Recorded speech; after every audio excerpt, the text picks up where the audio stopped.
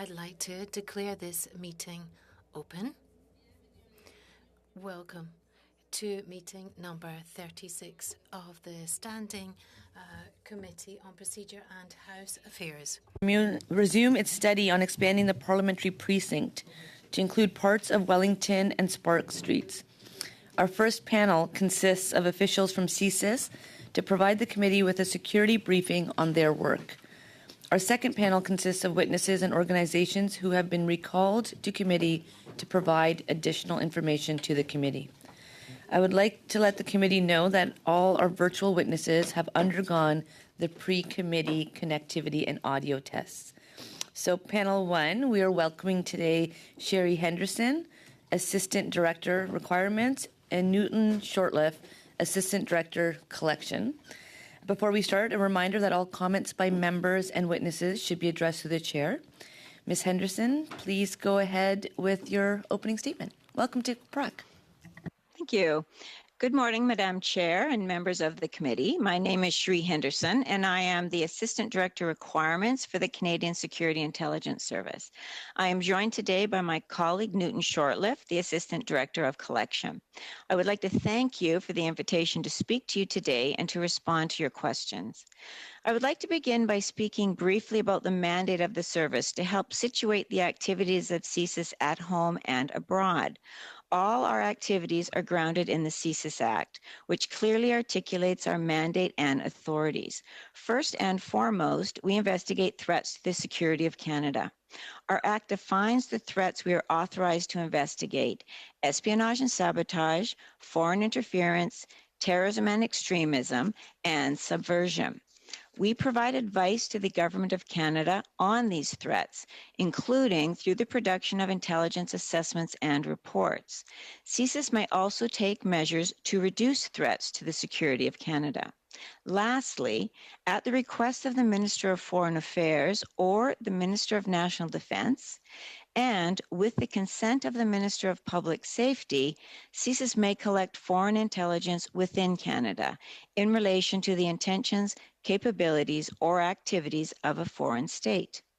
Importantly, CSIS is specifically prohibited from investigating lawful advocacy, protest, or dissent, except when it is carried on in conjunction with activities that constitute a threat to the security of Canada. We are also bound by and uphold the charter rights of all Canadians. As indicated in our 2021 public report, which I invite you to read online, the key national security threats facing Canada, foreign interference, espionage, malicious cyber activity, and violent extremism, are all accelerating and evolving. We continue to see uncertainty regarding the global balance of influence, with shifting power structures posing new and complex challenges to the international rules-based order, including the fall of Afghanistan to the Taliban and the Russian Federation's invasion of Ukraine in February of this year.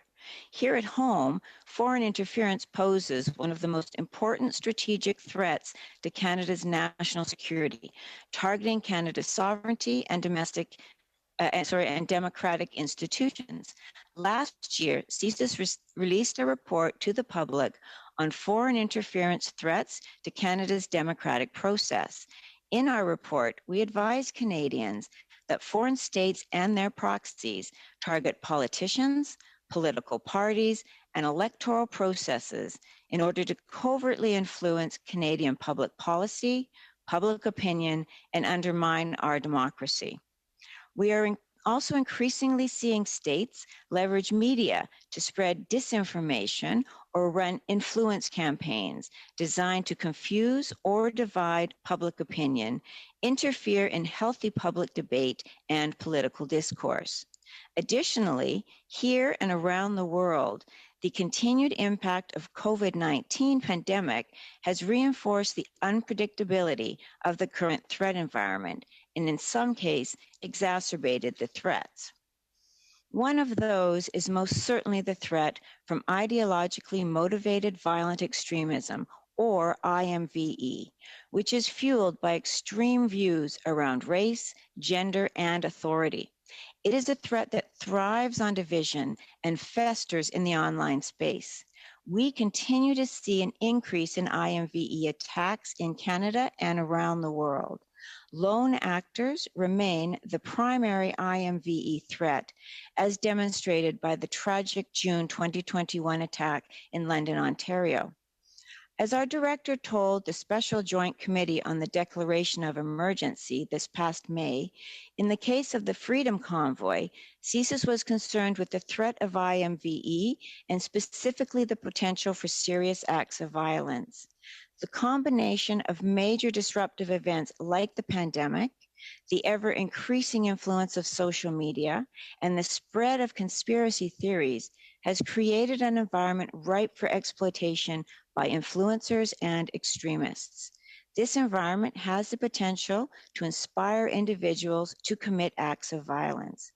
In the lead up to the Freedom Convoy, CSIS closely monitored known IMVE threat actors to assess any threat of serious acts of violence. This operational posture was informed by context. For one, CSIS had observed a rise in anti-authority violent rhetoric, particularly as it related to public health measures. CSIS was also aware of the opportunities that large gatherings and protests could offer IMVE actors to carry out acts of violence and recruit like-minded individuals. Thank you, Ms. Henderson, for those opening comments.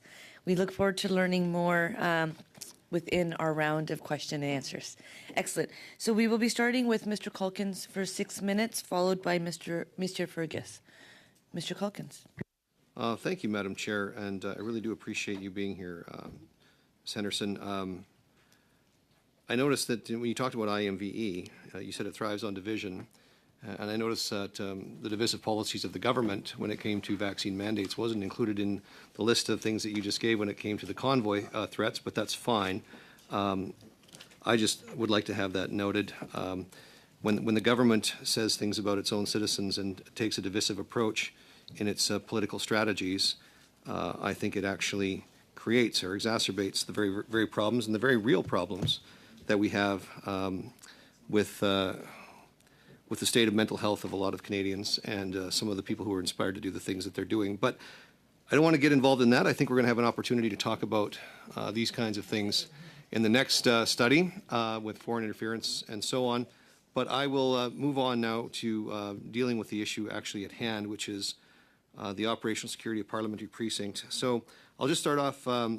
University of Cambridge historian Christopher Andrew has stated that intelligence failures are often not in the collection of information, but more often in the failures of sharing, analysis, and execution. And so I'm just going to ask you, given the lessons learned from the 2014 Parliament Hill shooting and more recently with the convoy, would you say that intelligence information is being shared properly within the Parliamentary Precinct? And furthermore, would increased cooperation between all parties in the national capital preclude the need to expand the Parliamentary Precinct?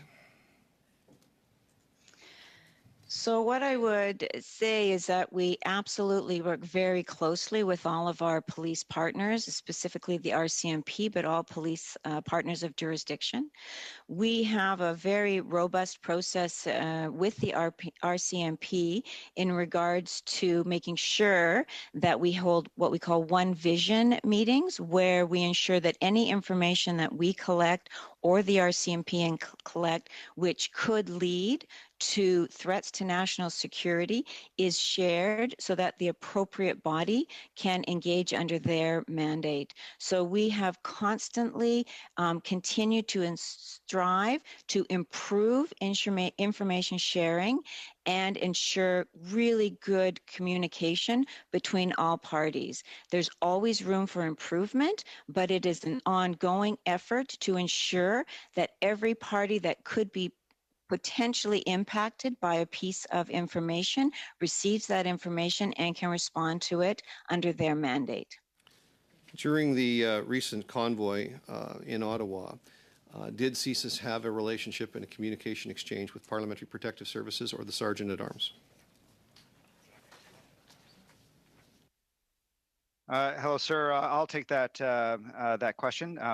As the Assistant Director of Collection, I'm responsible for all of the regions who are responsible for the investigations on national security issues that the service does. So when there is a major incident, such as occurred during the convoy incident, what is done is that there are incident groups that are created. This is led by law enforcement, and what different partners will participate in that will interface with those groups in order to share information, to ensure that intelligence can be passed, and to have discussions about what is going on. So the service did participate in those structures during the convoy. I do know that our capital region, which is responsible for the National Capital Region, has an excellent relationship with parliamentary security, as well as with the RCMP. I don't know if the parliamentary security, however, participated in the particular incident group during the convoy where we were interfacing, because the point of these groups is to create a single point of contact in and out at the working level, so that we reduce the amount of fog that might otherwise be created by information flows. So as a former member of the Board of Internal Economy during that particular process, I would suggest to you that more work needs to be done sharing that information. As parliamentarians, I believe we were left, and the advice that we were given in various debates here in the public sphere were largely done without knowing the information that we probably ought to or should have known. And I would like to, if you can, I don't want to put you on the spot right now, but I think there needs to be a way that parliamentarians engaged in the debate on issues as important as the ones that we're discussing here today, at least parliamentarians have actual informed debate, and rather than speculating, and I think there was a lot of speculation and a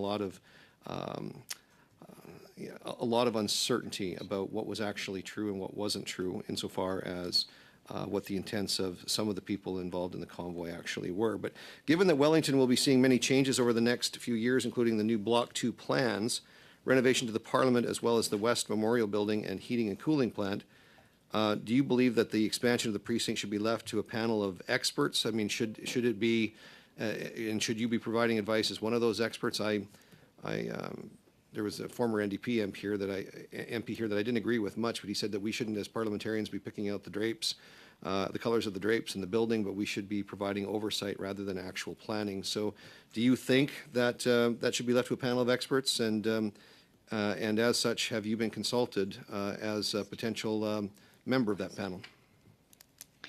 So the role of the service is to conduct investigations relating to threats to Security Canada. We look at individuals and groups that may pose different kinds of threats. We provide advice on what we're seeing in that regard. But in terms of policy decisions regarding, for example, what the nature of the security should be in the parliamentary precinct, really that's for others, and not something I would be comfortable commenting on. Thank you for that exchange. I will note that, that was really nice how one group of people were questioning and everybody else was quiet, even though some of the comments might not have been received. So I hope that continues now with Mr. Fergus's 6 minutes. Merci beaucoup, Madame. Thank you, Madam Chair, and I hope the questions that I am going to put will not lead to comments from my honourable colleagues on one side or other of the meeting room. Madam Chair, through you, I would like to put a question to Ms. Henderson. Thank you very much to Ms. Henderson, Mr. Shortliff, for coming before us to give testimony today. But I'd like to, first of all, offer to Ms. Henderson the possibility to finish off her speech. I imagine it won't take up much time, Ms. Henderson, and if you want to have the opportunity to round off what you were saying in terms of your opening comments, then I'm sure that would be useful for the committee to hear from you. Thank you. Thank you, Madam Chair. I can finish off if that's okay for the committee. What I will say is that CSIS was also aware of the opportunities that large gatherings and protests could offer IMVE actors to carry out acts of violence and recruit like-minded individuals. Finally, CSIS was concerned about the threat posed by lone actors. That is why, throughout the events of January and February, CSIS remained engaged with the RCMP and other law enforcement partners to ensure timely sharing of information. But as I've mentioned, the service is mandated to investigate a variety of threats to the security of Canada, and that is what we work on every day in collaboration with domestic and international partners. I understand your study centers on expanding the federal jurisdiction for the operational security of the parliamentary precinct. From a CSIS perspective, we understand our institutions and parliamentarians can be and are at risk. Tragic past events have shown as much almost 8 years ago to the day. That said, the service acts on its mandate regardless of where the threats emanate from or are directed at. To conclude, although our work at CSIS is often undertaken outside of the public eye, I want to assure this committee that the service is steadfast in its commitment to keep all Canadians safe. Thank you. Merci beaucoup. Thank you very much, Ms. Henderson, for having rounded off your statement. That's very much appreciated. I've got a question on the following. Do you believe that CSIS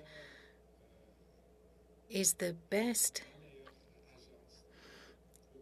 agency to comment on the security of the parliamentary precinct? Or should it be the RCMP and other entities that would be in a better position to offer us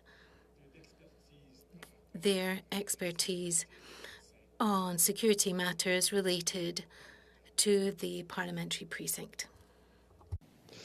Merci beaucoup.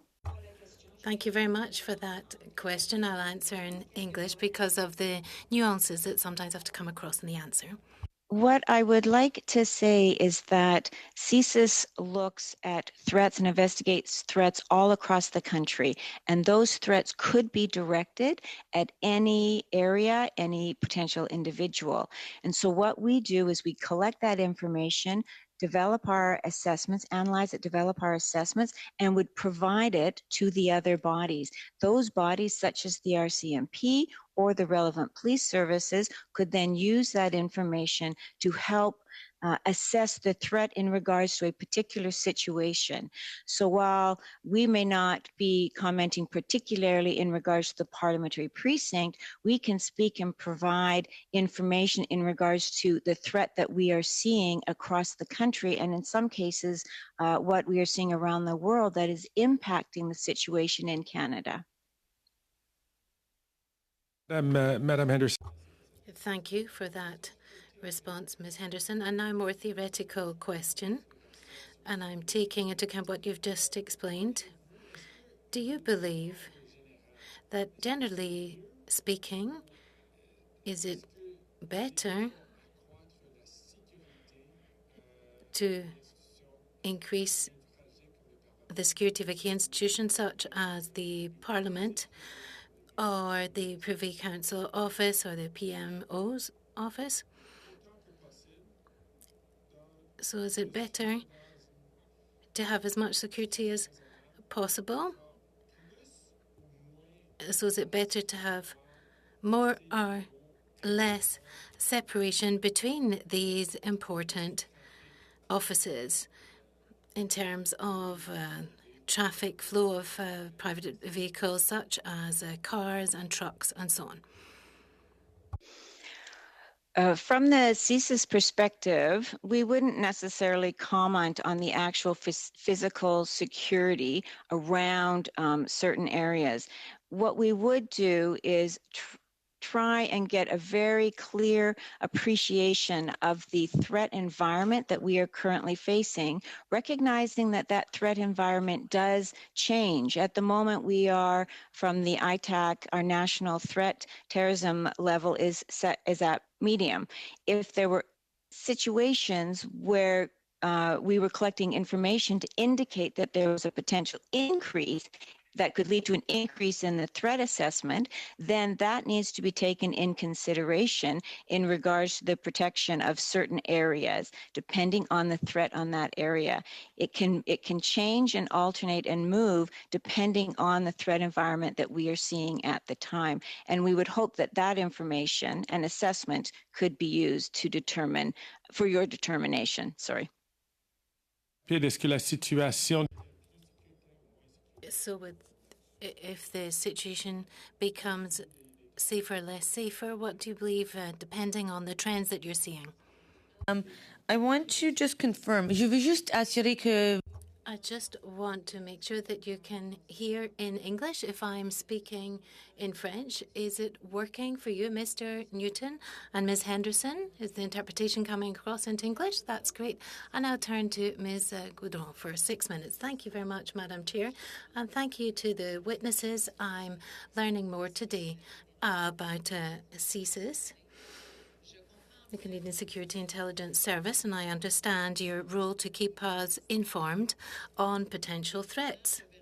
And of course, I'd like to place the study within its context. We're trying to see how to avoid an incident such as the one that occurred in 2014. We want to avoid an incident occurring where we wouldn't have all the means to actually react to ensure security of the parliamentary precinct. So I also understand that it's difficult for you to judge what would happen if there would be an enlargement. Would that help you in your functions to assess threats? So I'd like to put a more specific question to you, namely, in terms of the chronological sequence of events, at what point in time, namely on which date, did you look at a potential threat either to inform the police station or parliamentary security or the RCMP?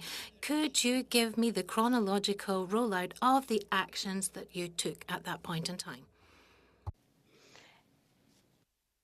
So I just want to make sure I understand. Are you speaking specifically in regards to the convoy itself, or are you speaking more generally? Yes, we're really talking about the Freedom Convoy event, and because of that event, we're trying to demonstrate whether it's necessary to have this extension to help people such as yourselves to keep the grounds safe. So I hope, Madam Chair, that I can have an extra 30 seconds as people came back on my question, because I'm basically repeating my question to some extent. So what were the exact dates where you had discussions, and when did you actually start to work on a potential threat of the truckers coming? So I wouldn't be able to speak to exact dates, but what I can speak to is the fact that prior even to the convoy starting in the beginning of 2022, we were all very aware of the current, what I would call, rise that we were seeing, or the impact of the ideologically motivated violent extremist movement. So this was something we had been very aware of, and we can even go back to what happened in Washington in February 6th, when we had seen the overrun of Capitol Hill, which I think shocked a lot of people. So we have always been watching this, and we were constantly watching to determine whether any of our, or any individuals that we were specifically looking at within the IMVE milieu were starting to engage with the convoy, because we're always concerned that anything creating Je vous arrête, madame. I'm going to interrupt you. Sorry for that. But I really would like to have specifics. When you actually had exchanges on this, I understand that you're always carrying out very important surveillance activities, but at which moment in time And with which organisation did you have discussions to see whether there was a serious threat or any red flags coming up? I'd like to know when you actually had these discussions to see then whether we can actually enlarge this and what would actually facilitate things for the operational services to ensure our security. So can you please give us some dates and when you had these discussions and with whom? Well, I don't have any specific dates, but what I can say is that as we continually monitor and investigate anything that could be a potential threat to the security of Canada, we constantly and regularly engage with the RCMP and our police partners. This is the same thing that we followed, the same rules of engagement we followed with the RCMP and our police partners during the events that happened in January and February. And so if there was anything that came to light, we would automatically make the Je reprends ma question alors. I'd like to come back to my question again, Madam. When did people communicate with you to know whether there was something and who contacted you? Well, as I was saying, when in any of these situations, if anything comes across our radar that we feel needs to be advised to the RCMP or the appropriate police to ensure that they can do the appropriate protection and investigations, we share that. That is a constant, ongoing back and forth process. There's no one specific date or time. It is something that we're constantly working with. We would never hold and sit on any information that we felt was necessary to ensure that we were protecting the security of Canadians. That's a back and forth on a regular basis. Okay, so what I've understood is that perhaps you speak on a daily basis or a weekly basis, and there was no specific moment in time you said, oh, something's going on, and there were communications from the police service or from the parliamentary service or even from the RCMP. So there's no one who said to you, today we have questions. Do we know about what's coming up? I'm really just trying to grasp how we can show people that we're actually in safety in a secure situation. And I would like to have known when your intervention, whether it was on a daily or weekly basis, could actually reassure people that are watching us. So if you've got any dates to provide later, I'd like to invite you to do that, please. Thank you. Thank you. Mrs. Blaney, 6 minutes. Well, thank you, Madam Chair, and of course, thank you to the folks that are here providing testimony for us. If I could just first, through the chair, go to Ms. Henderson. You spoke earlier that our threat level, I think I got this right, at this point today is at a medium.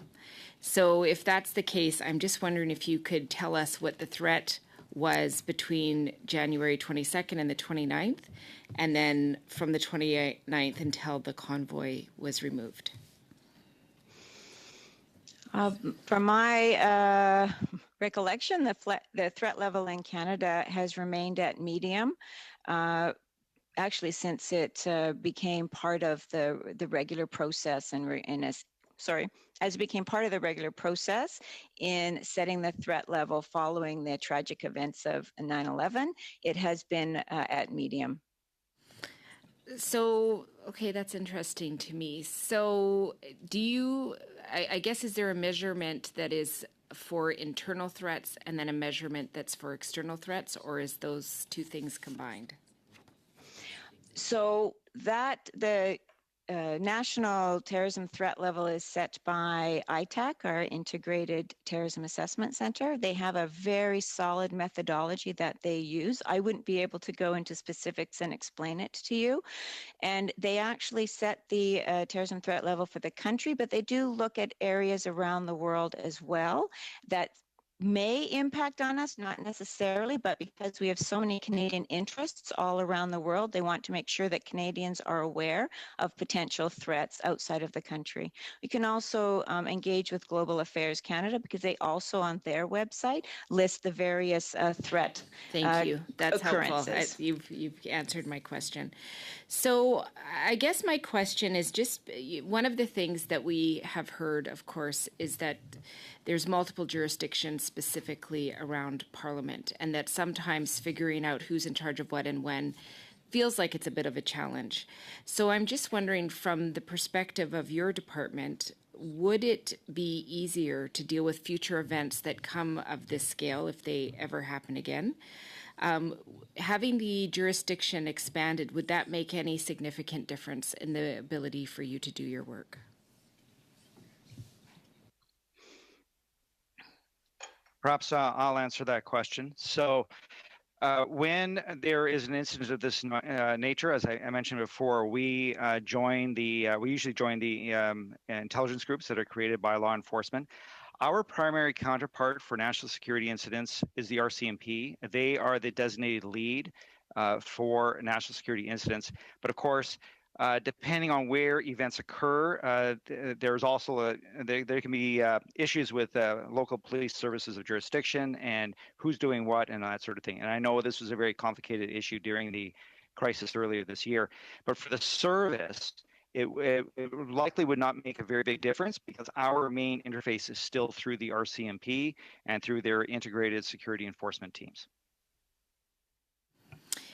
So on the other side of that, is there any concerns from your perspective with expanding the jurisdiction? Well, as I said just now, I think from a service point of view, it probably wouldn't make a big difference one way or the other. We have excellent relationships with our partners, including local law enforcement, including the Ottawa Police Service, for example, the OPP, other organizations right across the country. I would expect those would continue regardless of what structure is implemented. Thank you. So I've also heard testimony from this department today that threats across Canada are constantly assessed. So if you're telling me that the threat level just stayed at medium when we were watching people come across the country to disrupt our place of governance, I'm just wondering, is there any other way that you measure this? Because it seems to me that this was not addressed as well as it could have been. It didn't seem that the threat was taken very seriously until we were in a position that it was really hard to deal with it. And so I'm just wondering if you could talk about that. How is the assessment of threat made, and how does that work with the folks that you work with in other departments? So again, it's ITAC that sets that national terrorism threat level, and they pull the information based on what they are seeing across the country and in relation to the members of their their unit, apologize for that. But what the service does is when we are always looking for a threat for serious violence to overthrow or to change to push forward an ideological agenda. And so that is one thing that we are constantly on alert for. And that's where, when we're looking at national security, we look at a narrow section of the pie because we are looking really at espionage and terrorism. And when we're looking at terrorism, is if there's a serious an effort to engage or incite serious violence in order to achieve an objective.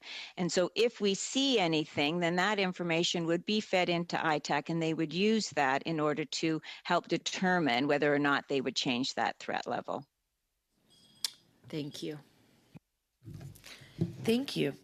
Et maintenant, 5 minutes à Monsieur. And now 5 minutes for Mr. Berthold and then Ms. Romanado. Mr. Berthold first. Thank you very much, Madam Chair, and thank you to our witnesses. I'd like to better understand the exchange process between CSIS and police services, and in particular the RCMP. What is the level of information that you share with your police partners? For example, there's an investigation underway on a national threat,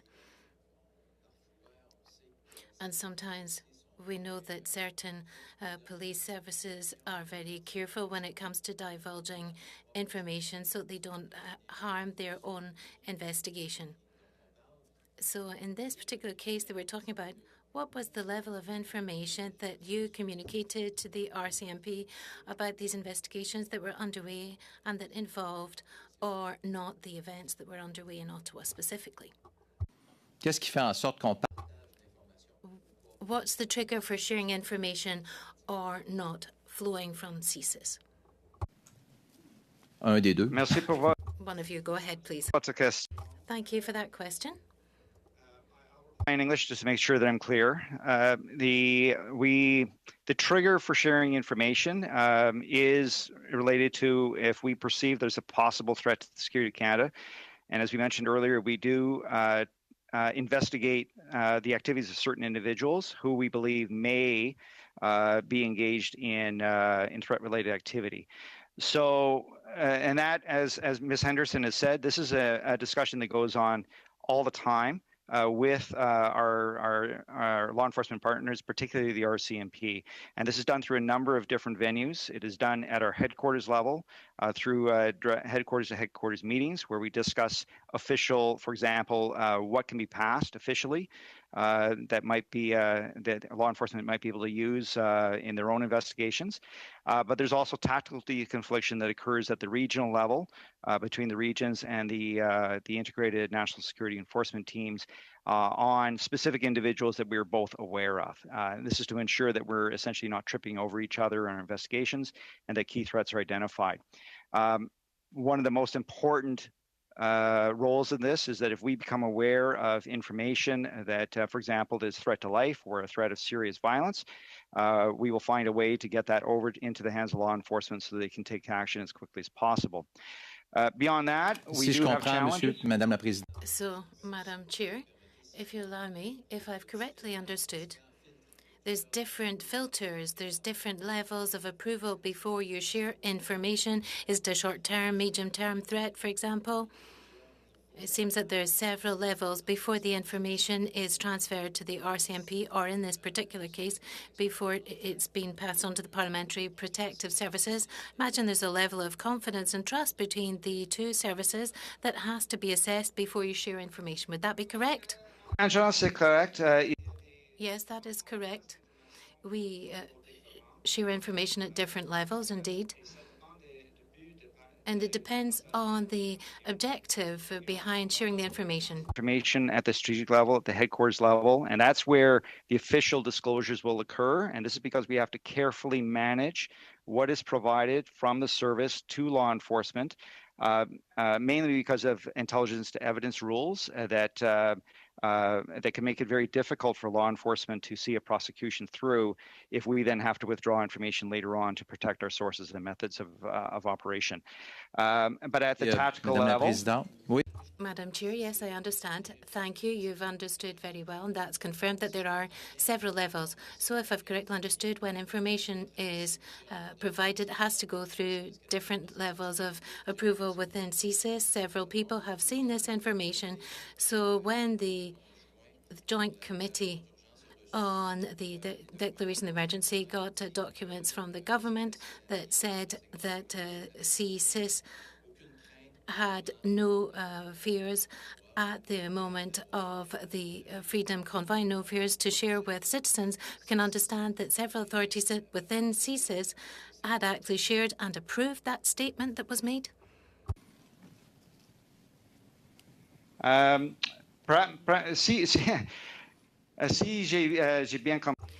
if I've correctly understood your question, you want to know whether there were several levels of people within the service who had had discussions about this threat in general. Yes. We did have several discussions at different levels, but at the end of the day, there's an assessment that's made about the overall threats.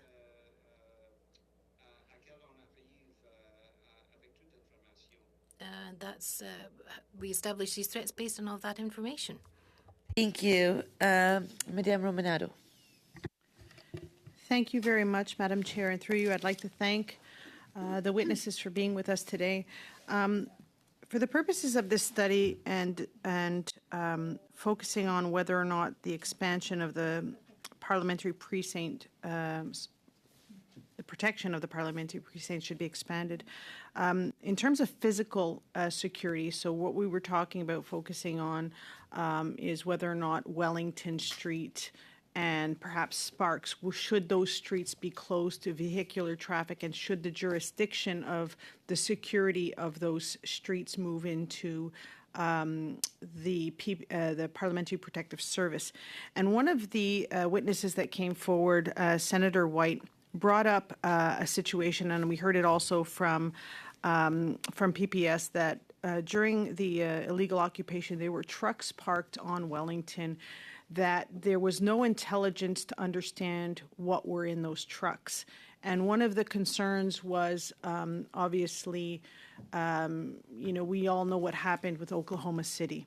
And so in terms of CSIS expertise, intelligence gathering, and, whether it be using cyber and so on and so forth, would CSIS be in the position to be able to provide intel of that nature, given the fact that it's, physically here on Wellington Street? So I'm just trying to understand, where would CSIS would have been able to ascertain what were in those trucks, given that you're not physically kind of on the ground, right? That's police that are on the ground physically. If you could provide, unless someone is actually putting this information out there, I think it would be hard to assess. Is that correct? So perhaps, obviously, I can't comment on specific operational activities that occurred, but I can speak to a bit more generally about how we do our investigations.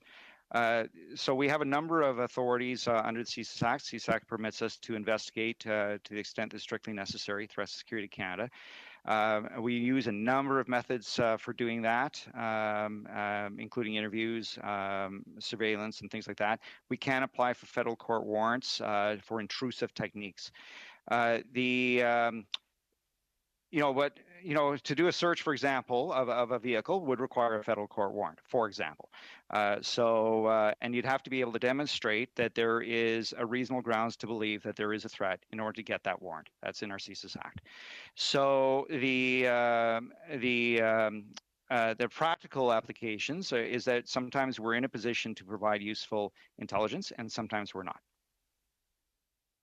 Thank you. So given the fact that the City of Ottawa has essentially closed Wellington to vehicular traffic a few months ago, right now you can't, other than I think the parliamentary buses are able to pass in front and so on, it's sort of eliminated that risk in a sense that vehicles cannot be, parked on Wellington. In terms of the coordination, we've heard a little bit about CSIS will be pulled in, or if you are aware of information that would be beneficial for the other partners to be aware of. If the Parliamentary Protective Service were to take over the jurisdiction of, say, Wellington and Sparks, having, I don't want to say one less partner to deal with, because obviously you'd still be working with Ottawa City Police and so on and so forth, but having a streamlined approach, would that be beneficial? What I would say in that situation is that we would always strive to share information. So as we always want to engage with our partners, police partners, protective services, RCMP, to ensure that we share the proper information. So we strive not to have any barriers to information sharing. And this may be a little bit out of your area of expertise, but given the tourist attraction of Parliament Hill, the seat of government, parliamentarians, the people that work on Parliament Hill, would you, in your expert opinion, recommend that the Wellington remain close to vehicular traffic? So we wouldn't be in a position to make that recommendation, but as we are all aware, that is the symbol of democracy of our country. It is always going to be a place that attracts and gathers individuals. And when we are aware of large potential protests, we are always monitoring these for opportunities that could be presented to IMVE actors to promote or engage in serious acts of violence. Thank you. Thank you very much, and thank you for what you're doing. Madame Gaudreau, 2 minutes et... Madame Goudreau, 2.5 minutes. Thank you, Madam Chair. So, Madam Chair, I just have one question to put to our witnesses about what happened in 2014 compared to today.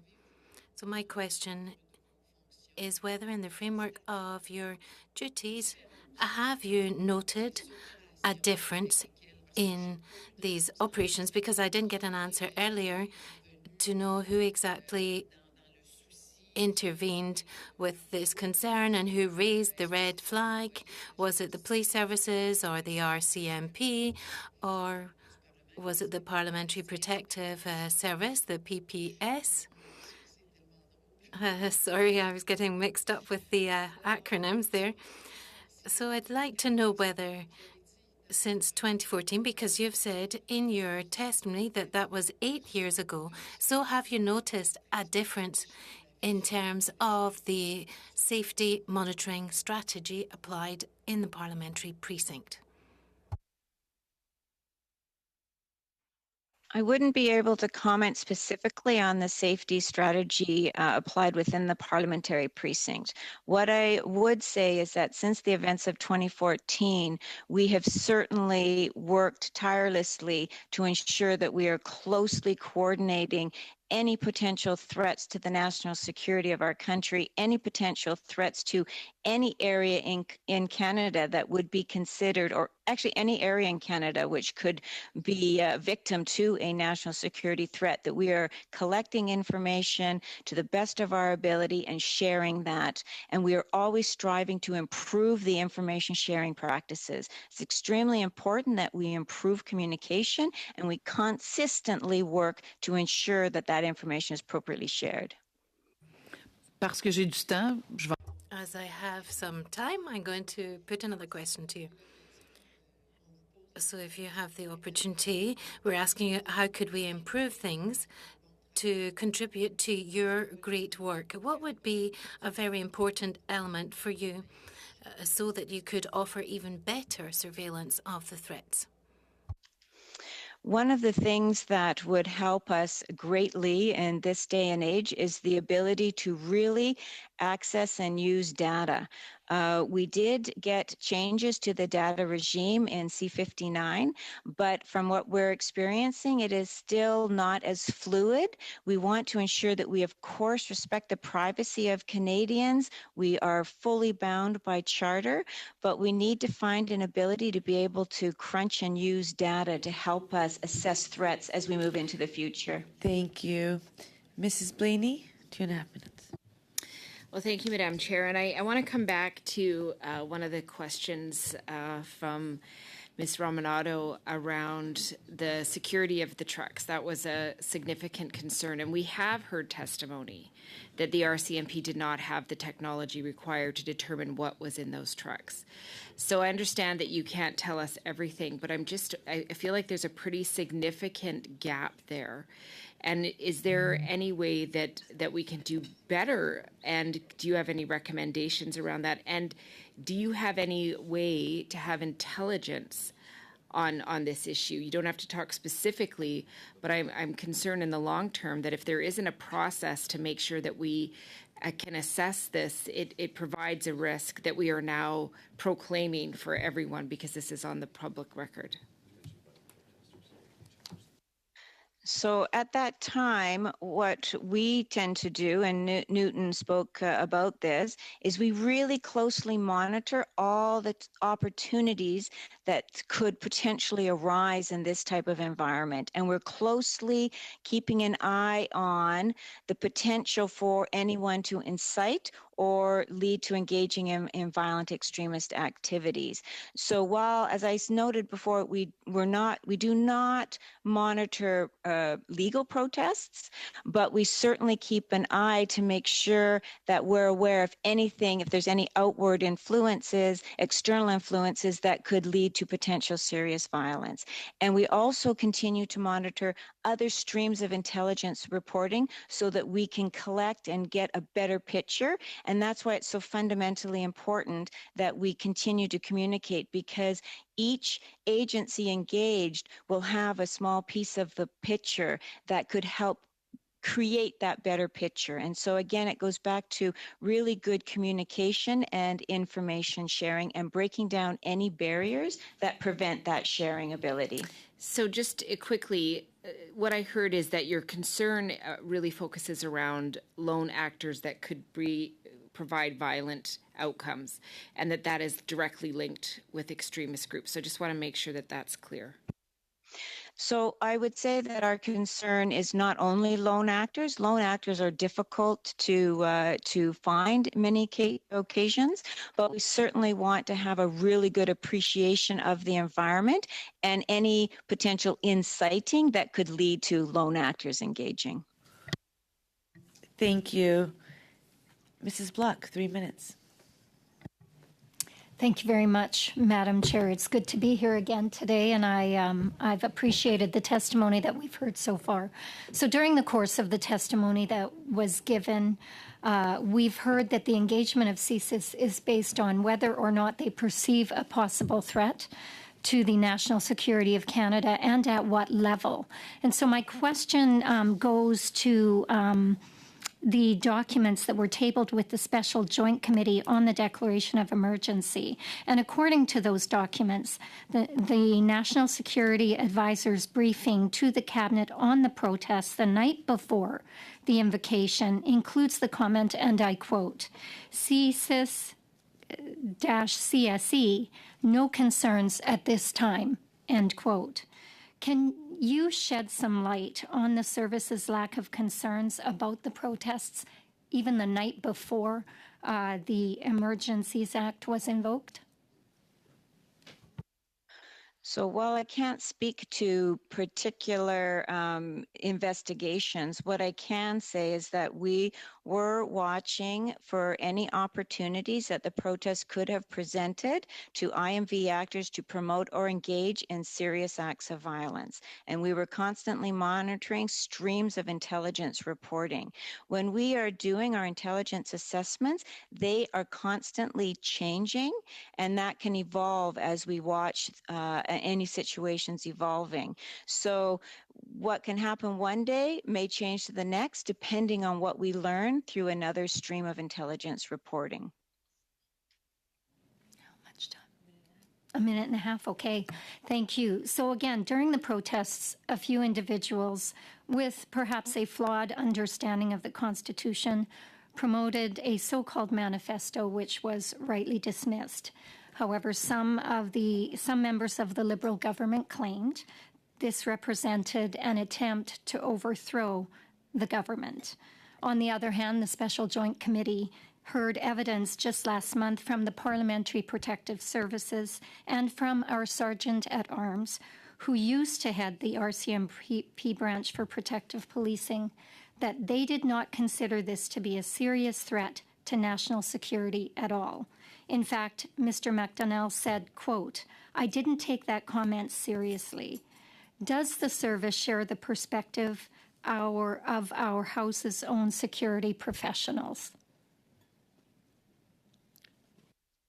So as I noted, I'm not going to be able to speak to specific incidences. I can just say that we were constantly monitoring, and if we, or when, or in any of these situations, we learn of anything that could be a threat to the national security of our country, we ensure that the proper authorities are advised and take that into their decision-making processes. Thank you. Mr. Natvi, 3 minutes. Thank you very much, and I want to thank the witnesses for their time today. It has been quite helpful to understand, and I appreciate the sensitivity of the issues we're dealing with. I just want to pick up from the questioning that MP Blaney has been engaged in, but starting perhaps from the top. In your experience and assessment, what we saw during the occupation in the earlier part of this year, was that a fairly unique event that took place as it relates to the Parliament and the parliamentary precinct here in Canada? I think that's a very interesting question. I have been in this business now for almost 31 years, And I would say that what we are seeing right now is unprecedented. We have threats facing us on all levels. Today, we're speaking specifically about the IMVE threat that we are watching across the country, but we are also dealing with threats from foreign interference in our democratic processes, espionage, efforts to undermine our economic security. We're watching what is happening in Russia with their invasion of Ukraine. And so we are, from my appreciation of 30 years in this seat, in a very unprecedented threat environment at the moment. And as we have been monitoring the IMVE threat, it has continued to really increase over the past few years.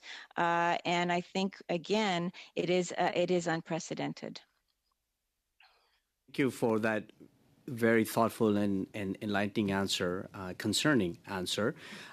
So, given in light of what you just said, it should compel Parliament to look at extra measures or steps to ensure that the parliamentary precinct and, most importantly, parliamentarians and staff are well protected from this enhanced threat that you're speaking of. I think it's very important for parliamentarians as well as all Canadians to have a very good appreciation of the national security threat environment. We have definitely seen over the past few years an increase in violent rhetoric and actions taken against our parliamentarians. And so I believe that they all need to ensure that they are ensure that they have personal security. Do you think, in very few brief moments that I have, that expanding the parliamentary precinct that covers Wellington Street and perhaps even Spark Street would help in further enhancing protection for parliamentarians and their staff? I can't comment on that. I would leave that for professionals to determine exactly how and the size of the parliamentary precinct. But what, as a service, we can do is certainly continue to provide threat assessments as to what we see occurring in the country, which will hopefully help the policymakers and decision makers come to the proper decision. Thank you. Thank you. On behalf of all PROC committee members, I would like to thank you both for your time with us today, and I wish you well for the rest of the day and so forth. So have a good day. We're going to suspend real quick and switch to panel 2. Take care. Merci. Thank you.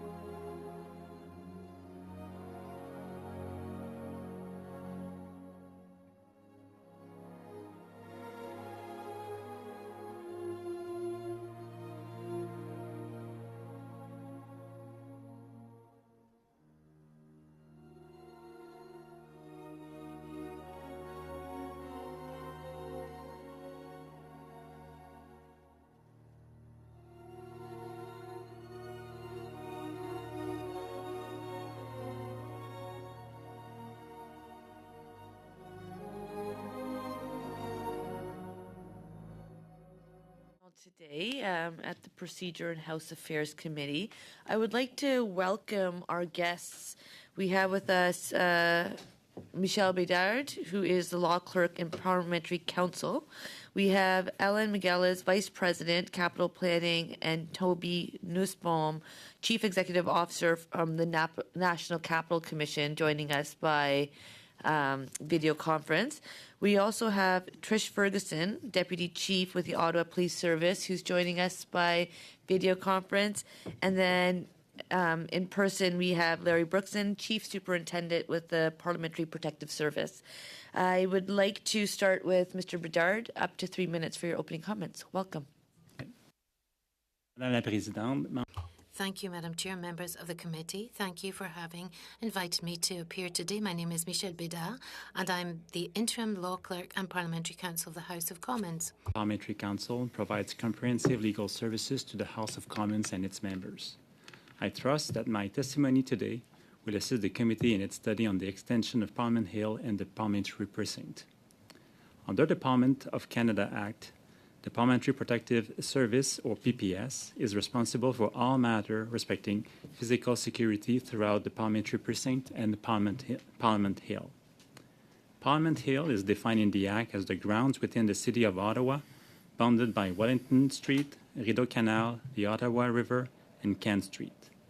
The Parliamentary Precinct, also defined in the Parliament of Canada Act, includes the premises used by the House of Commons, the Senate, their members, and other parliamentary entities that are designated in writing by the Speaker of the Senate or the Speaker of the House. The practice has been for the speakers to make a joint designation that is tabled before Parliament. The Gouvernement du Canada, the Government of Canada, through the Minister of Public Services and Procurement Canada, has ownership and over the grounds of Parliament Hill and the parliamentary buildings. This is, however, subject to the House's right to administer its internal affairs free from interference, which is usually exercised under the authority of the Speaker as guardian of the House's privileges and that of the Board of Internal Economy, pursuant to its responsibility over the premises of the House. In addition, decisions pertaining to the use of the grounds of Parliament Hill are taken under the authority of the Committee on the Use of Parliament Hill, which is co-chaired by the House of Commons Sergeant-at-Arms and the Director of Senate Corporate Security on behalf of their respective speakers. Its membership also includes representatives from various government departments. The PPS's mandate is limited to physical security. It does not police the Hill nor the precinct, and its protection officers are not peace officers. The Police of Ottawa, the Ottawa Police Service, has the jurisdiction for Parliament Hill and the Parliamentary Precinct. However, the conduct of official business within the precinct must take into consideration parliamentary privilege. Expanded to include parts of Wellington Street and Spark Street by making an amendment to the definition of Parliament Hill that is found in the Parliament of Canada Act. This will extend PPS mandate to provide physical security on these streets. I know that both streets are currently owned by the City of Ottawa. Making these streets federal property will make it easier for PPS to fulfill its mandate. I would be pleased to answer any questions members may have. Thank you. Merci beaucoup. I'd like to thank you, sir. Thank you. And now I believe it's Mr. Nussbaum who's going to take the floor on behalf of the NCC. So 3 minutes for you. Thank you very much, Madam Chair. Good afternoon. Bonjour. Je suis heureux. Good afternoon. I'm happy to appear once again before you today, and I'm with Ellen Migueles, who's Vice President for Capital Planning at the National Capital Commission, and I'm the CEO.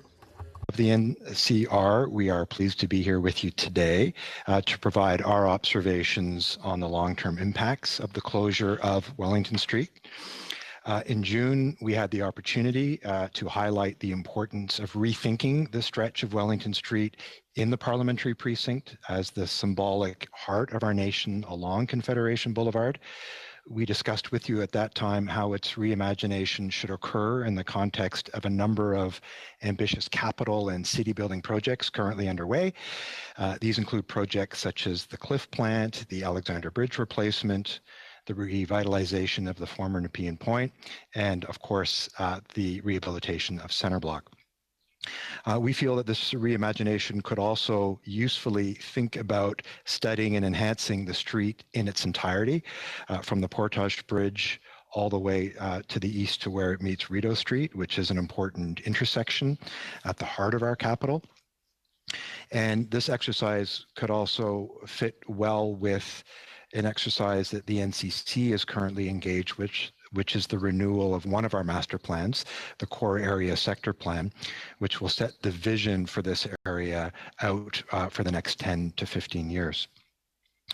From NCC's perspective, it is also an opportunity to reimagine the space and contribute to an enhanced visitor experience and overall public realm, to reconsider how the public will interact with the parliamentary precinct and experience the site of Canada's seat of government. This could include the animation of the area and opportunities to build on the NCC's work with PSPC, expanding and complementing the current retail offerings on Spark Street. This would give parliamentarians, their staff, residents, and visitors a new way to interact with the area, while also contributing to the economic recovery and sustainability of the core of Canada's capital. And on the question of public transit, which I know we discussed in June, the work of the NCC Transit Office is well underway. This office will work and help the advancement of La Société de Transport de l'Outaouais, the STO, their tramway project. We see this project as a vital part of the reimagination of Wellington Street and a crucial step in enhancing interprovincial transit options. Et à plus long terme, and in the more long term, the NCC hopes that we can have an interprovincial loop fully closed for public transit. Okay. I won't. Thank you very much for your comments. Well, we look forward to hearing more during the question and answer session. Deputy Chief, over to you, up to 3 minutes. Bon après-midi. Good afternoon, and thank you, Madam Chair, and the committee members for inviting me here today. My name is Acting Deputy Trish Ferguson, and I'm responsible for overseeing information, investigations, and serious and organized crimes at the Ottawa Police. We've been following the discussions at these committee meetings, and I'm grateful for the opportunity to again offer the perspective of the Ottawa Police. The testimonies we've heard and our recent experiences in policing large events in the city have confirmed the 3 priorities we previously identified to you. These are jurisdictional responsibilities, infrastructures, and resources. As you're aware, the Ottawa Police Service is the police of jurisdiction for the City of Ottawa. And in fulfilling this role, we'll rely on cooperation and collaboration with other law enforcement agencies. As such, the service is used to dealing with the questions of jurisdiction. However, the occupation we experienced in February confirmed the need to further clarify and even reconsider matters of jurisdiction around the Wellington corridor. Jurisdictional boundaries within and around the parliamentary precinct need to be clearly defined. Collaborative strategies and responsibilities also need to be clarified in order to ensure that in times of crisis and emergency, the statutes, regulations, and authorities are already established and understood by all parties. This is particularly critical for situations where events spill over established boundaries. The second issue we ask you to consider is infrastructure. Since February, we have had several large events in Ottawa, such as Rolling Thunder and Canada Day. And we currently lack physical infrastructures that could easily and quickly be put in place to protect key locations and personnel. These events again stretched our resources thin, in part because we lacked adequate security infrastructure. For example, we had to bring in heavy trucks to establish a vehicle exclusion zone around Parliament. This was less effective and less reliable than would have been if we had security infrastructure set up, such as bollards and protected pedestrian areas. The third issue, as we've discussed before, is the need for adequate resources for the police service. We must be prepared to maintain public security and protect the residents of Ottawa, no matter the size and scale of events. We also know we cannot continually call on police from other jurisdictions across the province to help police events in our city. The demands placed on our service in the past year have strained our members and highlighted the need for adequate resources so we can safely and effectively respond to the needs in our communities, make intelligence-led threat assessments, and enhance interagency collaboration. Members of the Ottawa Police Service are committed to protecting Ottawa as an open and peaceful capital city, one where residents and visitors can move freely and which everyone can fully enjoy. Thank you for your time. I look forward to answering any questions. We look forward to that as well. Thank you. And now to Chief Superintendent Larry Brooks, and welcome to PROC. 3 minutes. Thank you, Madam Chair. I appreciate the promotion. Good day, Madam Chair, honorable MPs and fellow witnesses. Je suis heureux. I am happy to be before you today to continue our discussions on the questions of operational security of the parliamentary precinct. And as acting director of the service, I'd like to remind you that these discussions are of considerable importance for myself and my colleagues. Even if my opening comments are brief, I would like to take this opportunity to raise certain points that were shared at my last appearance. Responsible for the physical security of parliamentarians, staff, employees, visitors, buildings, grounds, assets on Parliament Hill and the precinct. Therefore, how the service trains its employees, how the employees engage with one another, how they collaborate and build their respective networks with our valued partners, and how the service overall carries out its commitment to continuous learning and improvement are all critical components on how well our human assets can perform their duties and deliver security services to this community. But beyond these distinctly human capabilities, and as I've mentioned in my previous appearances, the service must also rely on how physical barriers and technologies need to be incorporated in order to better deliver the mandate.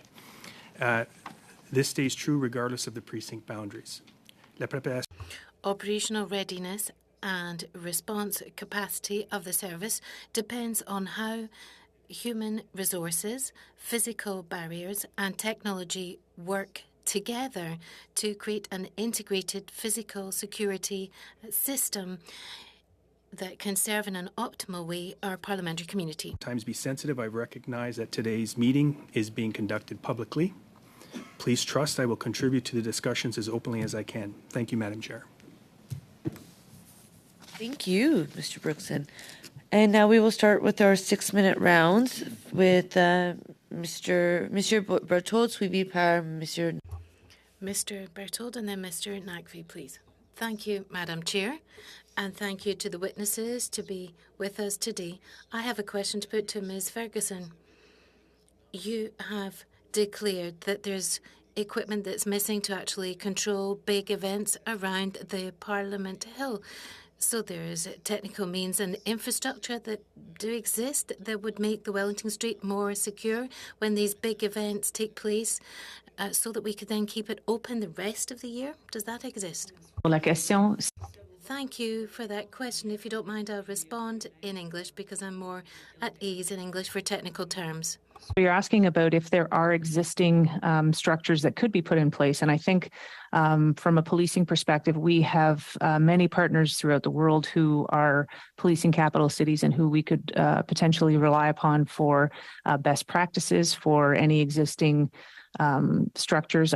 We have changed our processes in a number of larger demonstrations based on what we've seen around the world and some of the trends that have taken place. If I think to Nice, France, several years back, that incident altered the way we respond to major events here, making sure that we are considering all potential threats and sources of threats. So I believe that that's something that we could that could be put into place, and there are places that will keep the area open and free at times when everything is fine, and somewhere that we can place have some infrastructure that would be rapidly put in place should we face a moment of threat or crisis. Now, as you seem to have knowledge as to what's happening internationally, would it be possible for you to send us a list of these places where they've been able to use protective infrastructure during difficult moments and then maintain access for vehicles and pedestrians at other points? Yes, I think that I would be able to send you a list giving you those details. Thank you very much. Now, once again, for Ms. Ferguson. There was a small incident with myself in Wellington. I think that what is most dangerous on Wellington Street at the moment is the fact that it's not really got one specific objective. There's vehicles circulating, there's pedestrians walking around, bikes, the scooters. So it's a very dangerous place, and I must confess, or rather I must declare to everyone, that I was almost killed on Wellington Street last spring when there were still traffic lights open because there were vehicles that were circulating. It is one of my colleagues that stopped me at the last minute just before a car knocked me down. So I'd like to thank the Parliamentary Protective Service who helped me to take steps together with Ottawa. I wrote to the Mayor of Ottawa and I got a response from a political attaché, but it took 1 month before finally they removed traffic lights and put stop signs, although that could actually have been done within 2 days. But apparently they had to carry out a traffic study first. So we're really endangering parliamentarians as well as the life of users in Wellington Street with this indefinite status of Wellington Street at the moment. So how can we improve this to protect parliamentarians and visitors who are using this artery? And is it the role of parliamentarians to go out and say that people need to stop and watch out for traffic? No, I don't think we're the ones who are in the best position to decide on the best measures. But when you leave it up to politicians to take decisions to protect people, well, it took me a month before I got an answer back. So do you sincerely think that parliamentarians are in the best position? Should it be elected officials that are taking decisions about security on Wellington Street? I think that what you've described shows that we really do need to set up something that is well defined.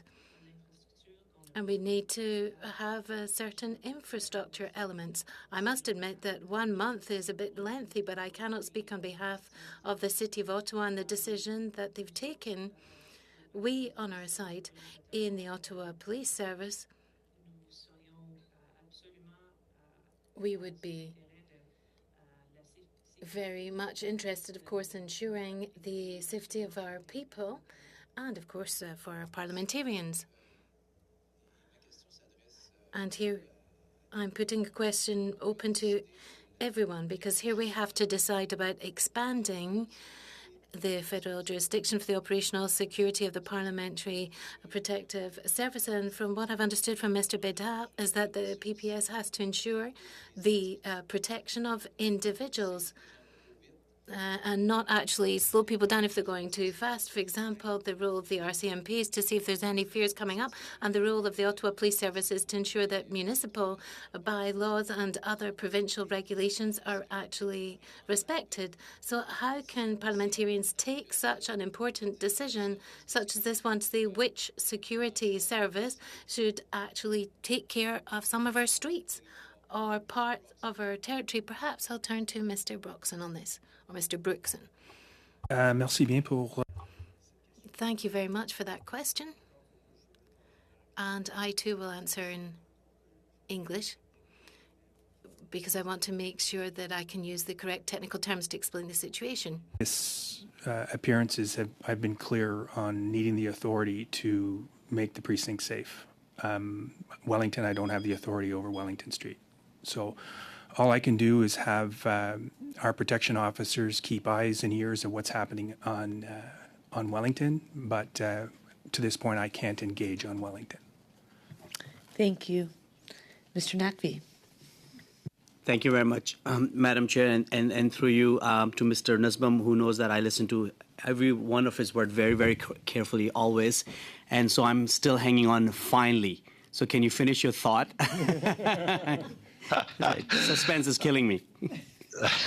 Well, I hope I don't disappoint Mr. Naqvi, but I just wanted to reiterate that I think an important part in looking ahead to the future of Wellington Street is to double down on the collaboration and the cooperation between federal and municipal partners. Some of them are here with you during this session, but there are others, of course, PSPC, the City of Ottawa, and I just wanted to underline our commitment to doing exactly that as we move forward.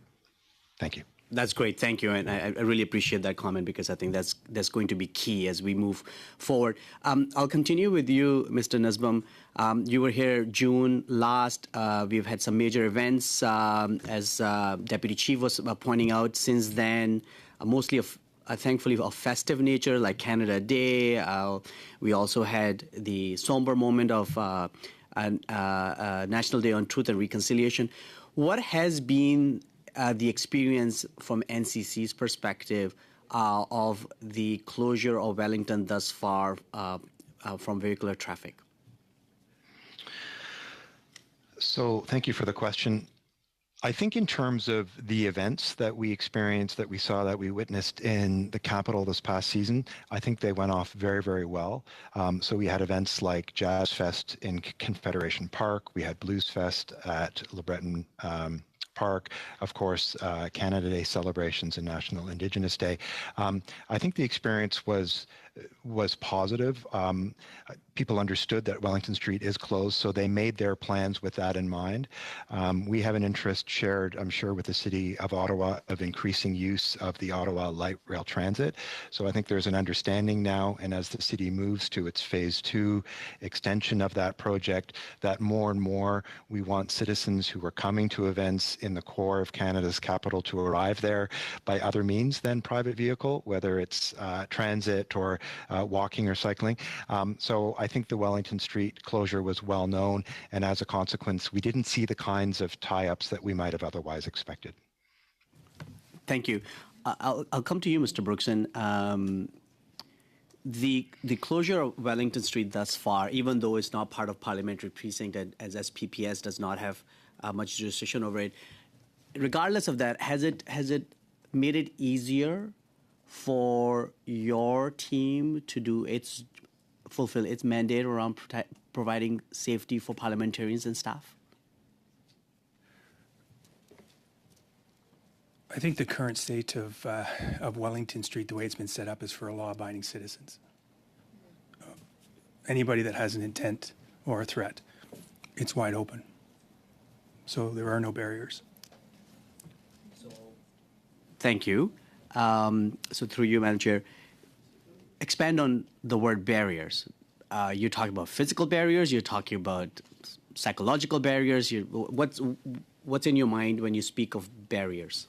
Through you, Madam Chair. So when we look at Wellington and the barriers physical barriers that were put up to restrict traffic, to come right down the heartland of what our democracy is, of both the Triad and the South Precinct buildings. The precinct, the service is responsible for 30-some buildings, which house some of the most important people that we have in this country and steering us in the right direction.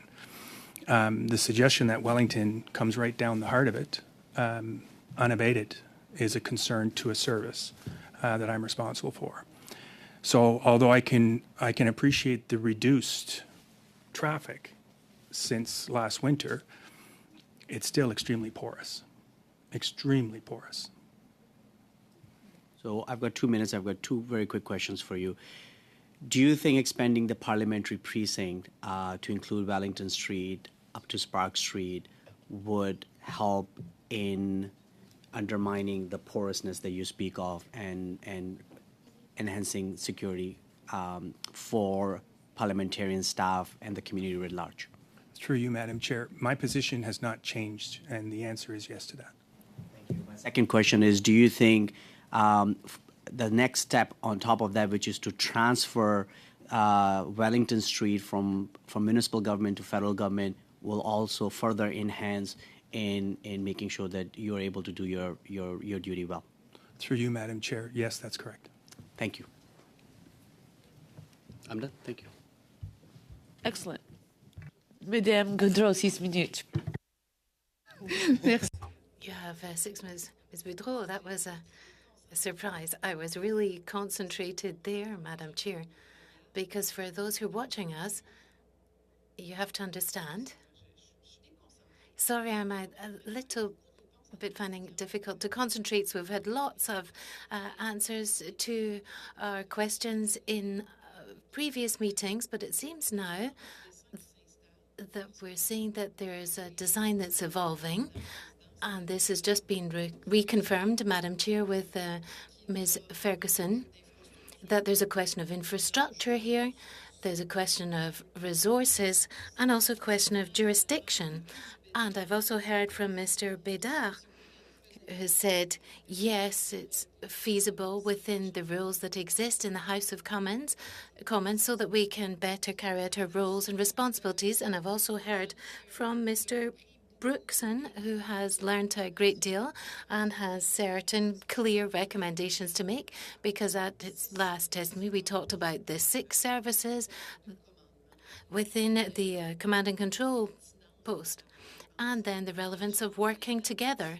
And we've also heard from Mr. Toby Nussbaum, who's talked about the importance of collaboration and consultation, and that this is vitally important. So the killer question here is, how should we proceed then? For the moment, we're talking about expanding the borders, but it goes far beyond that. So I'd like to hear each of you in the next 5 minutes that are available to me to specifically explain to me what exactly is missing so that we can attain this parliamentary security objective and also keeping parliamentary staff safe. And how can we have the necessary authority available to each of you and also resources? Please be very quick. I know there are certain elements that could be added to the report because this is our last chance. And I'll start with Mr. Brookson on this. What's missing? What do you need? Je pense pour nous autres, Well, for us,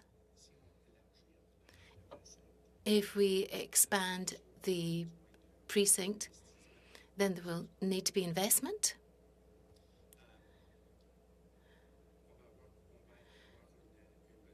There will be an investment need for our service, but it's also important in order for the service to be successful. be in a healthy position. And I refer to, if there's one partner that I rely heavily on, it's the Ottawa Police Service. And it's a service that's been stretched and moved, and we have to look at this more globally. And again, I don't know where I'd be without the Ottawa Police Service and how this service, what I'm responsible for, delivers on a daily basis. So we need to look at this holistically in the security partners to make sure that we're all raised and elevated at the same time. Et Monsieur Bédard, au niveau... And Mr. Bédard, you've said that it's important to better carry this out because the PPS is not a police service. So what could you add on this? À mesure Well, when it comes to parliamentary security, and if we're talking about expanding the mandate of the PPS to include part of Wellington Street and perhaps other streets, there needs to be geographical expansion of the mandate because the PPS's mandate is place-based. It's the Parliament Hill and the parliamentary precinct. And the Parliament Hill is defined in the Parliament of Canada Act, and it does include the Wellington Street. And as I've said, this street is the property of the City of Ottawa. So if we expand the Parliament Hill to include Wellington Street and other parts of other streets, that would be useful, and also ensure that these grounds become part of federal property. I think that would be one possible solution to explore. So, Ms. Ferguson, how have things been going since it's been more or less closed and we can cross more easily? We'd like to know what's happened since you last appeared. How are you finding it? Police service, I think what we really crave in this from this committee is a delineation of jurisdictions and statutes for roles and responsibilities. They need to be clear for all parties and encompass contingencies for times of crisis and emergency. The Ottawa Police Service would continue to respond to any criminal acts that take place within the parliamentary precinct, which is as it happens right now. And we really want to make sure our members are provided clear lines as to where their role begins and where the parliamentary precinct police would end. Any changes to infrastructure that we're seeking would absolutely be necessary to make sure that it respects the rights of parliamentarians to freely access any of the parliamentary buildings and the precinct itself. And we would like to make sure that whatever key pieces are put in place in terms of infrastructure, that it'll allow for freedom of movement, but also give us the capability to quickly and efficiently restrict access, particularly for vehicles in response to the security threat. And that is something I think has been highlighted already that we haven't been able to do wholeheartedly on Wellington right now. And so the member who reported being almost struck by a vehicle, those are situations that we are very sad to hear about and would like to be able to put something in place that is clear and doesn't put our members at risk. Thank you. Mrs. Blaney, 6 minutes. Well, thank you, Madam Chair, and I want to thank all of the testimony that we've heard and all the folks that are here spending this hour with us. I think my first question I'm going to bring to Mr. Brookson. You know, living through this, I kept walking every day through that convoy, and I kept thinking, why are we here? So I don't understand. And what I'm wondering is, what information did the PPS receive from the OPS prior to January 29th, and what input was there? Because I'm still confused that when I look back that all of those trucks were blocking our place of governance for the whole of Canada.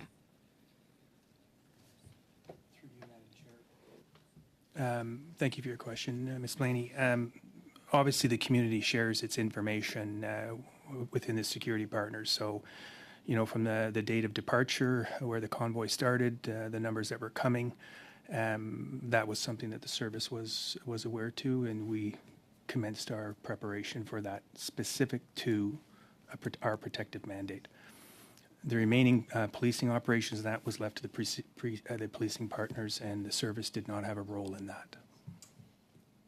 Okay. I'll leave it at that.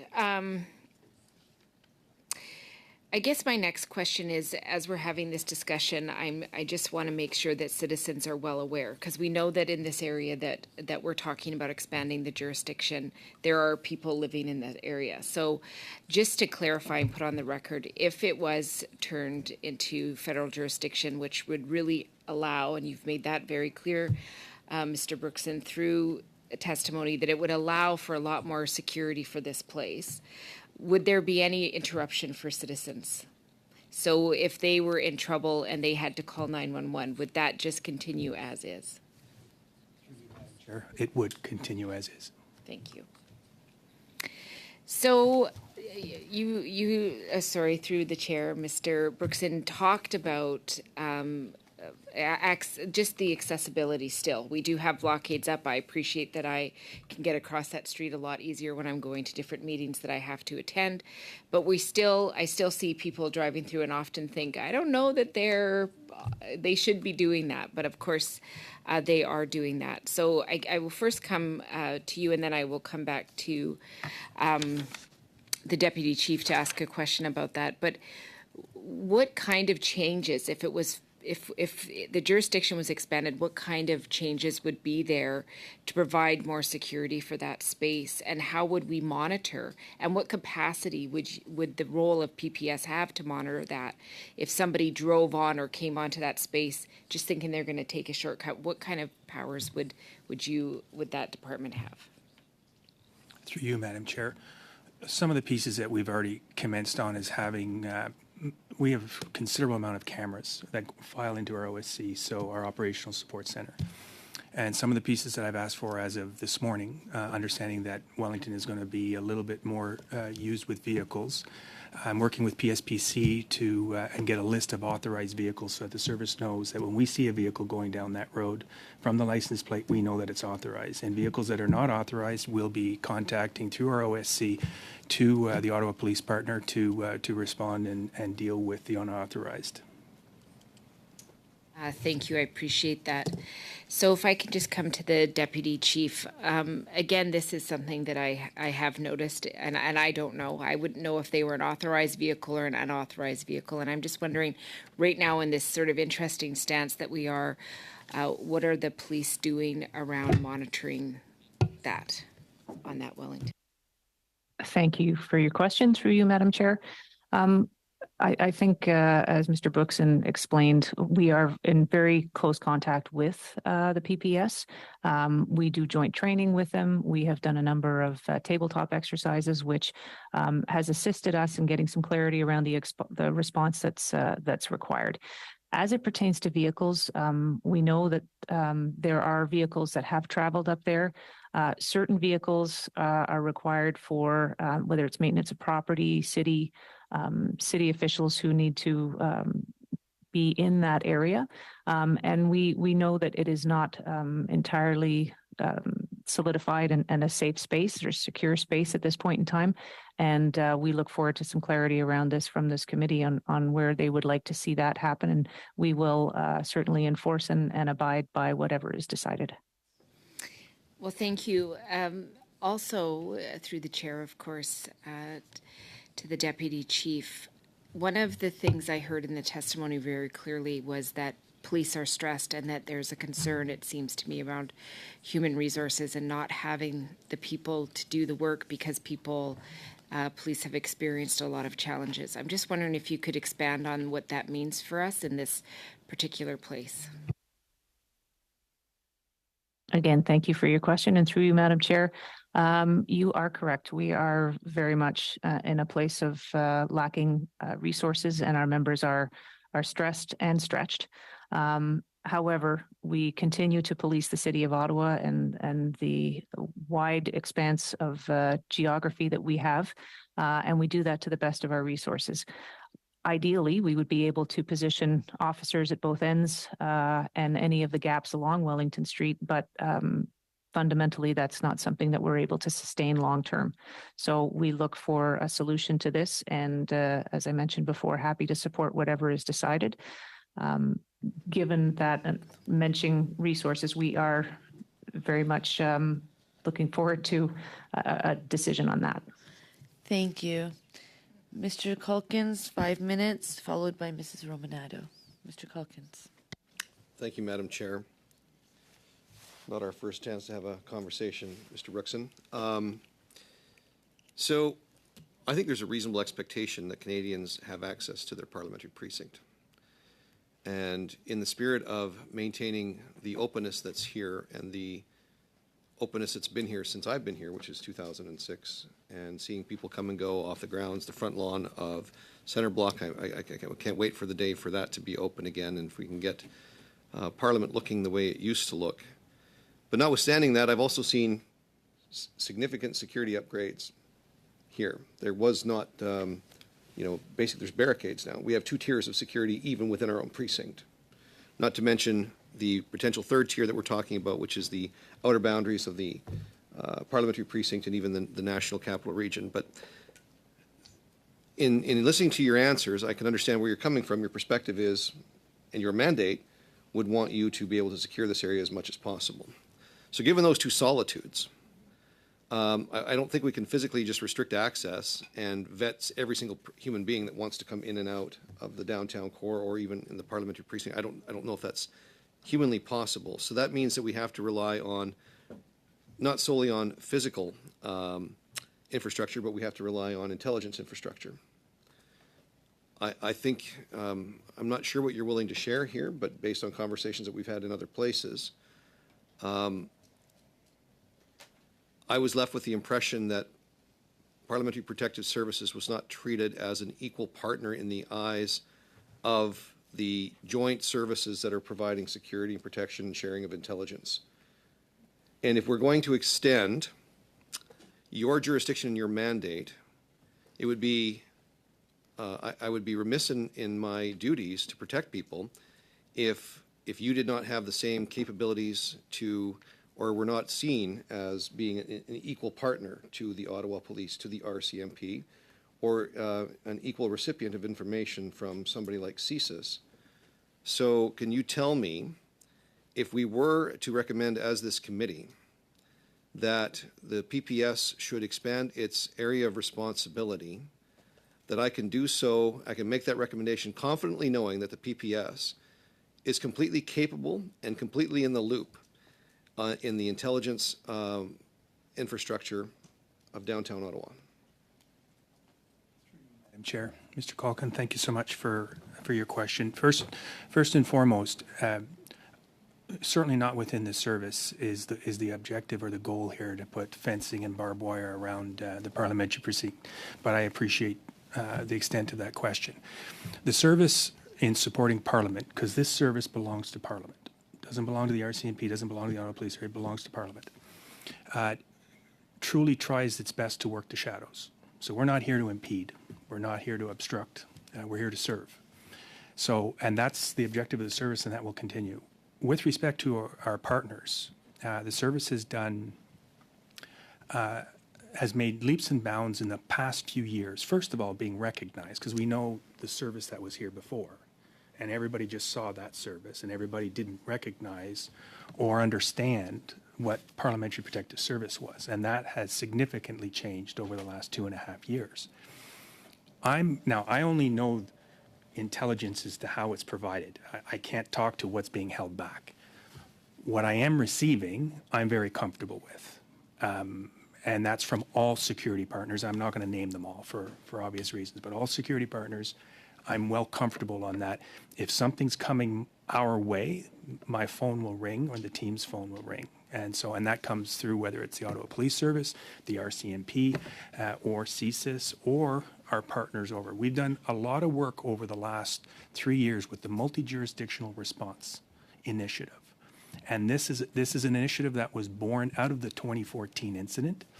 And we've run tabletop exercises at that level. And these are the commanders, my counterparts of all these services, because we can't do it alone, as to what their respective roles and responsibilities would be in a critical incident.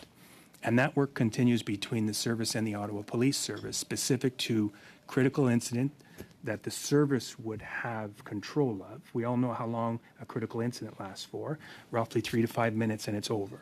The service, as I've said before, has been built to sustain the first 90 minutes, understanding the length of time that it takes to get other partners to come in and assist. Again, we've run the tabletop. Deputy Chief Ferguson has spoken to that on the tabletop exercising that our two services has done, because quite honestly, it's these two services that work hand in hand on a day-to-day basis. So I'm quite comfortable. I hope I've answered your question. I'm quite comfortable on the information that we're receiving and the partners that we've had established at all those levels. Thank you. Answer, Madam Chair. To ask as well, so we All right. will. My apologies for taking No, that. I just want to know Mrs. if you have the Roman, legislative Mr. tools that you need to do Culkins. your job. And if you can submit that in writing to the committee afterwards, I would appreciate that. Mrs. Romanado, 5 minutes to you. Thank you very much, Madam Chair, and I'll be quick because I'm sharing my time with Mr. Fergus. Mr. Brookson, we've just heard that Wellington Street has the jerseys between Bank and Elgin. We know that the traffic lights have been removed on the corners of Metcalfe and O'Connor. We actually have not seen any police presence on Wellington. I myself have witnessed construction workers almost get hit while trying to cross at the corner of O'Connor and Wellington yesterday. Walking here this morning to come to committee, my office is in Valor, we witnessed a car literally play slalom through the jerseys and race down the street because they know there are no police presence and there's no traffic light. So it's a quick shortcut now. So I actually feel less safe crossing the street now on Wellington, given the fact that then Minister Tassi said that 50% of parliamentary buildings within the next 8 years are going to be south of Wellington. Can we get this settled once and for all so that parliamentarians and people who work on Parliament Hill and visitors don't get hit? Can you comment, please? For you, Madam Chair. The City of Ottawa, not the Ottawa Police Service, but the City of Ottawa governs all the traffic and the safety measures that need to go in place. So the service has been working with the City of Ottawa as these barriers start to get maneuvered. And they're going to continue to get maneuvered, particularly with the winter coming and the need for snow removal. Not that I'm pleased about any of that, but that's just what's going to be happening. We continue to work with with the Ottawa Police Service, and as Deputy Ferguson has indicated, they don't have the resources to put somebody there. So this is where the service, which I'm responsible for in delivering this mandate, will reach out to the Ottawa Police Service and we'll come up with something. Now, if this means that the service has to take on a resourcing requirement from the Ottawa Police Service, our partner, well, then I'm prepared to do that because it's not appropriate for us to be risking any of our parliamentarians by crossing Wellington Street. Thank you, Madam. Thank you, Ms. Romanado. Very quick lightning round of questions just to close off a few things that we heard in testimony. Mr. Nussbaum, are there any private businesses located on Wellington Street now? Through you, Madam Chair, I believe any businesses can access. I know of one retail establishment at the corner of O'Connor and Wellington, but the access is from O'Connor. I don't think there are any other private businesses that are currently located right on Wellington Street. And through you, Madam Chair, once again to Mr. Nussbaum, are there any plans from the NCC to establish a much greater degree of private businesses on Wellington Street? Through you, Madam Chair, I think as part of the reimagination of Wellington Street in the context of, as you've spoken about, a larger precinct, including Spark Street, I do think we have an interest in ensuring a vibrant and active area for visitors and for occupants and workers and parliamentarians and others. So we have a real interest in making sure that there is activation, animation in that area, whether it can occur right on Wellington Street or Spark Street. I think those questions are going to need to be sorted out through the kinds of conversations we're having with partners. Thank you. Very quickly, this is going to be a large question, but I really appreciate if you could be brief. Are there any national capitals where they have restricted private vehicular access around their parliamentary precincts? So I can't necessarily speak to parliaments because not all major capitals have parliaments, but Mr. Miguelis and I were in Washington, D.C., and you may well be aware that in front of the White House and now in front of Congress, there are various measures, physical barriers to the streets in front of them. So we are actually undertaking a little bit of an investigation to see what other capitals are doing, and so the short answer is yes. Love the short answer. Monsieur Bédard, il m'en reste pas beaucoup de temps. Mr. Bédard, I don't have much time. Vehicular access combined with additional intelligence tools such as cameras, etc., people on the street, would that provide greater security for the parliamentary precinct, in your opinion? C'est Monsieur Bédard ou Mr. Mr. Bédard and Mr. Brookson, as you wish. Through you, Madam Chair, I'll take that one. Yes, it would. That's a great answer. Thank you, Madam Chair. Thank you, Monsieur Fergus. Madame Goudreau, 2 minutes et demie. Ms. Goudreau, you have 2.5 minutes. Please go ahead. Thank you, Madam Chair.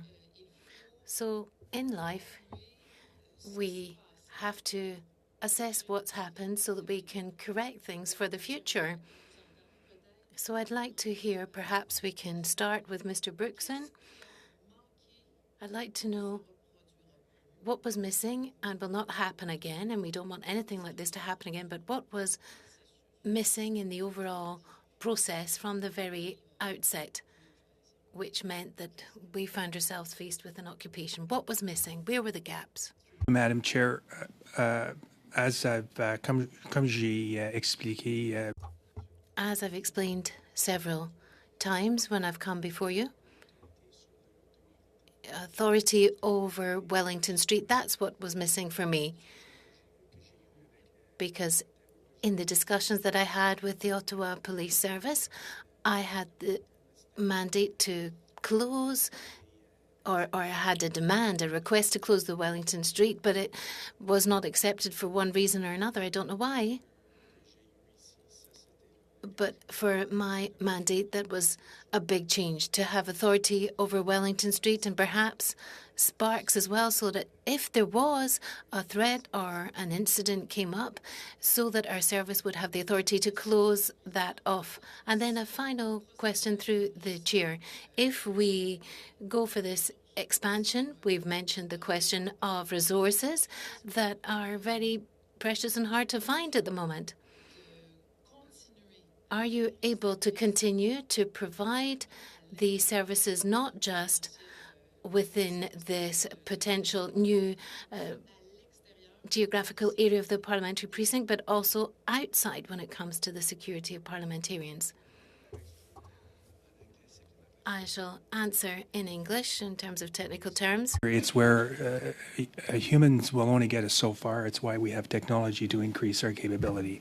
The exterior on what can happen out there is where the technology, the sensing capability needs to take place, whether it comes through cameras or existing technology as well as effective barriers.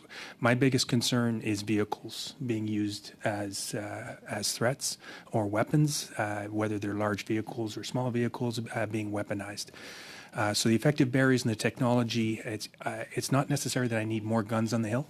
I think we have enough, but we need other things to help. Thank you. Mrs. Blaney, 2.5 minutes. Well, thank you, Madam Chair, and I appreciate this. This is interesting conversations that we're having today, and I'm going to come back to you, Mr. Brooks, and I just have a lot of questions. We've heard proposed here some discussions about potentially increasing public transit along Wellington and finding ways to do that. So when we talk about how concerned you are with the lack of having the capacity to block people, is there any concerns around public transit going through that space? Madam Chair, I'll always be the voice of concern, but I'm also a voice of working with partners and understanding the requirements and the service deliverables for Parliament. So at that, if we're talking specific to a tram line or buses, is in working with that partner and having those vehicles checked before they come through. And that's something I'm comfortable in working with, whether it's partners at the NCC or whoever ends up having that. Thank you for that answer through you, Madam Chair. I think that what we're hearing really clearly is this in-between state is really messy. And I think that's just reality in anything in life, is when you're in between one thing or another and you don't know where you're going, things can be problematic. But I am going to come back for one more question, Mr. Broxson, about just to better understand this. Even if the jurisdiction proposed happens and we do see it increase, I understand that it will still continue to be multi-jurisdictional. I don't think that will change really profoundly in any way. But what will change in terms of safety for this place? You, Madam Chair, well, you'll see an immediate deployment of our marked vehicles on Wellington Street. You'll see a considerable shift in our human assets being on Wellington Street. Nice. And my last question is to you, Mr. Medard. You spoke about in your testimony some of the things that we'll have to do around redefining the parliamentary precinct, I think is what you said. If you could just explain what that means a little bit more and what the process is and how hard or easy, hopefully, that could be. Using the current tools that establishes the Hill, Parliament Hill, and the parliamentary precinct.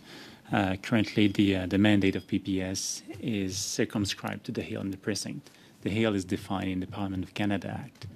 Now, if you're to expand the definition of the Hill, you have to amend the Parliament of Canada Act. Now, whether it's easy or difficult to amend an Act of Parliament, I'll leave that to you. Thank you.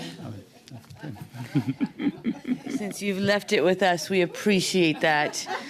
To do this important work. I really do want to thank all witnesses for taking the time to join us today. The work that you do is appreciated and it's noticed. And I'll give a special shout out to Mr. Brooks and the PPS. We really do appreciate the work of your men and women in uniform, and they're always here. So I have to say that I appreciate them wholeheartedly. With that, I hope you all have a really good day. With committee members staying for 30 seconds. Today is the conclusion of our witnesses for the parliamentary precinct study. We will enter into doing the report. The summary of evidence we've already agreed has turned into the foundation of the report, so most of it is written. And so what I will ask is for analysts to compile any of the additional information into that report so that it's up to date. And I would ask colleagues to submit your recommendations to the clerk by Tuesday so that we can get that turned around and get into the next steps and try to keep ourselves moving. So, in both official languages, Madame. Can you please repeat? So I want to be sure that I've completely understood. Please repeat. Drafting the report. The security precinct, yes. Okay. That was in our agreement. That's the first one that comes back to us. And so then we will have recommendations from, if you want to choose a recommendation together, you're welcome to. If you want to each submit your recommendations to the clerk, and then we'll go through it as a committee to choose if the report will have a recommendation or multiple or where we're at. And what's the timing? What's the cutoff date? Mardi. Tuesday. Président. Thank you very much, Madam Chair. Have a great day, everyone. Thank you.